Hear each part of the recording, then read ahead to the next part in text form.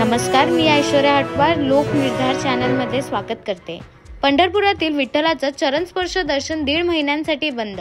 गाभाऱ्याच्या कामासाठी विठुरायाची मूर्ती अनब्रेकेबल पेटीत ठेवणार। समृद्धी महामार्गावरील कर्मचारी पुन्हा एकदा संपावर। प्रवाशांना भरावा लागतोय मोठा भुर्दंड। संभाजीनगरची जागा ठाकरे गटाकडेच। थेट उद्या प्रचार कार्यालयाचे उद्घाटन। महाविकास आघाडीतील पहिला तिळा सुटला। रणजी फायनलवर मुंबईची पकड घट्ट।